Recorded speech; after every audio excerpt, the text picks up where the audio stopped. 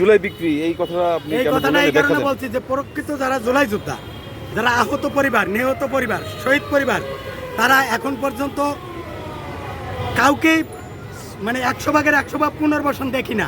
আর যারা অর্ধেক আহত, চোখ একটা আছে আর হাত একটা আছে, পা একটা আছে, তাদের কোনো কর্মসংস্থানের ব্যবস্থা দেখি না, তাদের জীবন চলার কোনো ব্যবস্থা দেখি না রে ভাই।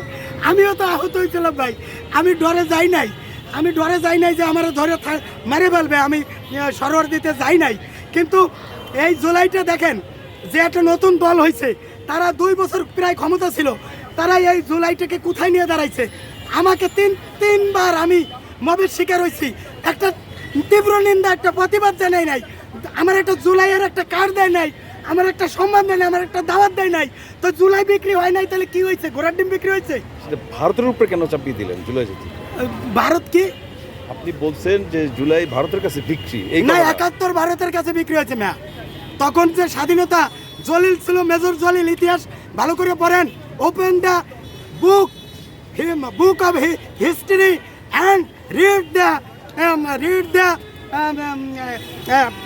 কি কয় প্যারাগ্রাফ অ্যান্ড এসে, রিড দ্য এসে অফ এই কি কয় স্বাধীনতা যুদ্ধ, এটা ফ্রিডম কি ইন্ডিপেন্ডেন্ট ওয়ার। হ্যাঁ, এটা পড়বেন, পরে দেখবেন যে অরোরাও সিংয়ের কাছে জেনারেল মিয়াজি করছে, সে কেন বাংলাদেশের আতালগলি ওসমানীর কাছে আত্মসমর্পণ করে নাই। দ্যাট মিনস বাংলাদেশে 71-এ স্বাধীনতার যে দলিল, স্বাধীনতা হাইজ্যাক হয়েছে, আর 24-এ জুলাই বিক্রি হয়ে গেছে। আমরা জনগণ ফকির পথের ফকির।